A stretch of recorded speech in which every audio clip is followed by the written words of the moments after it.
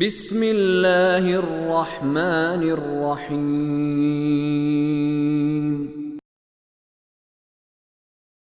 كذبت قبلهم قوم نوح فكذبوا عبدنا وقالوا مجنون وازدجر فدعا ربه أني مغلوب فانتصر ففتحنا أبواب السماء بماء منهمر وفجرنا الأرض عيونا فالتقى الماء على أمر قد قدر۔ اور اس کے بعد پھر چند قوموں کا تذکرہ کیا جو قرآن کی روش ہے۔ حضرت نوح کی قوم کا تذکرہ کیا، اس کے بعد قوم عاد، قوم سمود، قوم لوط، قوم فرعون، اور پھر اس کے بعد ان سے کہا گیا کہ یہ جن قوموں کا ہم نے ذکر کیا تم ان سے بہتر ہو، وہ تم سے زیادہ طاقتور تھے، وہ تم سے زیادہ زمین میں آباد تھے۔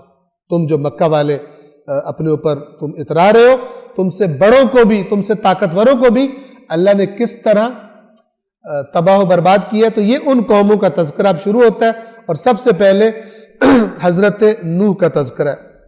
ان سے پہلے نوح کی قوم نے بھی جھٹلایا تھا، تو انہوں نے ہمارے بندے کو جھٹلایا اور کہنے لگے یہ پاگل ہے، یہ مجنون ہے، اور اس کو شدت سے جھڑکیاں دی گئی، یعنی حضرت نوح کو جھڑک دیتے تھے، بھاگ جاؤ یہاں سے۔ وہ نبی خدا جو نصیحت کرنے آتا تھا، آپ تصور کریں اس منظر کو کہ اللہ کا نبی اولو العزم نبی 950 سال قرآن مجید بیان کرتا ہے، 950 سال قوم کو نصیحت کی، اور اللہ تعالیٰ کیا فرما رہا ہے؟ وَازْدُجِرْ کہا گیا، کیا ایک تو کہا گیا یہ پاگل ہے، دوسرا جھڑک دیتے تھے۔ اور جھڑکی آپ سمجھتے ہیں کیسی ہوتی ہے؟ جب کسی کو غصہ آتا ہے وہ سامنے والے سے کہتا ہے چلو بھاگ جاؤ یہاں سے، خبردار یہاں نظر آئے تو۔ اس طرح حضرت نوح علیہ السلام کو ان کی قوم ان کے ساتھ سلوک کرتی، اور کہنے لگے دیوانہ ہے، اور ان کو جھڑکا گیا۔ پس نوح نے اپنے رب کو پکارا اور کیا فرمایا؟ میں مغلوب ہو گیا ہوں، پس تو ان سے انتقام لے۔ 950 سال کے بعد یہ فرمایا، میں مغلوب ہو گیا ہوں، یعنی میرے میں طاقت نہیں ہے، یہ طاقتور ہے، اور اب ان پر میرا کوئی بس نہیں چلتا، یہ میری نصیحت نہیں سنتے، اور یہ اپنی ہٹ دھرمی میں حد سے آگے بڑھ گئے۔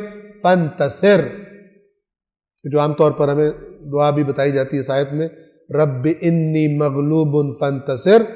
ہم تو کوئی چھوٹی سی پرابلم آ جائے، کوئی تھوڑی سی پیسوں میں کمی ہو جائے، کوئی بیماری آ جائے، رب انی مغلوب فانتصر، یہ اصل جملہ کہاں کا ہے؟ خدا کے راستے میں بے بس ہو گیا ہوں، یہ میری قوم میری بات نہیں سن رہی، میری نصیحت نہیں مان رہی، انہوں نے مجھے بے بس کر دیا۔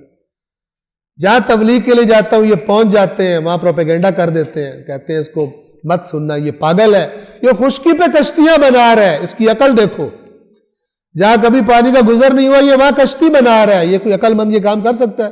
چلو تم نے کشتی بھی بنانی ہے، جاؤ سمندر میں بناؤ یا دریا میں بناؤ، خشکی پہ کشتیاں بنا رہا ہے۔ اتنا مذاق اڑایا گیا کہ رب انی مغلوب فانتصر فدعا ربہ، پس نوح نے اپنے رب کو پکارا، میں مغلوب ہو گیا ہوں، یعنی مجھ پر غلبہ پا لیا گیا ہے، میری طاقت ان کا مقابلہ نہیں کر سکتی، پس تو ان سے انتقام لے۔ اور اگلی آیت میں پھر اللہ کا انتقام دیکھیے، پھر ہم نے زوردار بارش سے آسمان کے دروازے کھول دیے۔ لفظ ہے بماء منہمر، یہ منہمر نہر سے، یعنی ایسے آسمان سے ہم نے دروازے کھولے جیسے نہریں چل پڑی۔ ابھی تو تیز بارش بھی ہو تو آپ نے دیکھا حالت کیا ہو جاتی، اللہ فرما رہا ہے ایسے جیسے آسمان سے نہریں چل پڑی، ایسے ہم نے دروازے کھول دیے، یہ اوپر سے، اور زمین کو پھاڑ کر ہم نے چشمے بنا دیے۔ ہر جگہ سے زمین گویا کہ پھٹ گئی، شروع ایک تندور سے ہوا تھا، شروع ایک تندور سے پانی ابلنا شروع ہوا تھا، اور پھر زمین پھٹ دی گئی اور چشموں کی شکل میں پوری زمین پر پانی اللہ نے جاری کر دیا، اور زمین کو پھاڑ کر ہم نے چشمے جاری کر دیے، تو دونوں پانی اس امر پر مل گئے جو مقدر کر دیا گیا تھا، یعنی جو اللہ نے طے کر دیا تھا اس امر کے مطابق آسمان سے آنے والا پانی اور زمین سے ابلنے والا پانی یہ دونوں آپس میں مل گئے، اور سب کچھ غرق ہو گیا۔ حضرت نوح کا بیٹا بھی نہ بچا جو نافرمان تھا۔ یہ عبرتیں ہیں قرآن کی، کہ ہم تو کہتے ہیں نا، ہم نے تو کیونکہ ہم تو ان کے نام لیوا ہیں لہذا اب ہمارا تو کوئی مسئلہ ہی نہیں ہے، اور قرآن کہتا ہے وہ نوح کا بیٹا تھا، اس کا مسئلہ بن گیا۔ اور حضرت نوح نے فرمایا، آپ پڑھ چکے ہیں، گزر چکا ہے گزشتہ قرآن کی آیات میں، حضرت نوح نے اللہ سے بڑے ادب سے نام لیا۔ اللہ نے کہا نہیں نوح، اس کے بعد اس کے بارے میں بات نہیں کرنا، یہ تیرا اہل ہی نہیں ہے، یہ عمل غیر صالح۔ اور اس کا مطلب یہ ہے کہ میں نے عرض کیا تھا پہلے بھی کہ حضرت نوح پر اس کا کافر ہونا آشکار نہیں تھا، بیوی کا کافر ہونا آشکار تھا، لہذا بیوی کی سفارش بھی نہیں کی، بیٹے کا کفر آشکار نہیں تھا۔ اور جیسے ہی اللہ نے بات کی حضرت نوح کو پتہ چل گیا اور فوراً اللہ سے استغفار کی کہ میں یہ کام نہیں کروں گا، جو جتنا کیا تھا اس کی بھی استغفار کی۔ لہذا نبی کے ساتھ سگی خونی نسبت اور رشتہ بھی تب فائدہ دیتا ہے کہ جب نبی کے راستے کی نافرمانی نہ کی، اس کی شریعت کی نافرمانی نہ کی۔ یہ قرآن کا صاف صاف سادہ سادہ اور خالص بغیر ملاوٹ کے دیا ہوا تصور۔ صدق اللہ العلی العظیم۔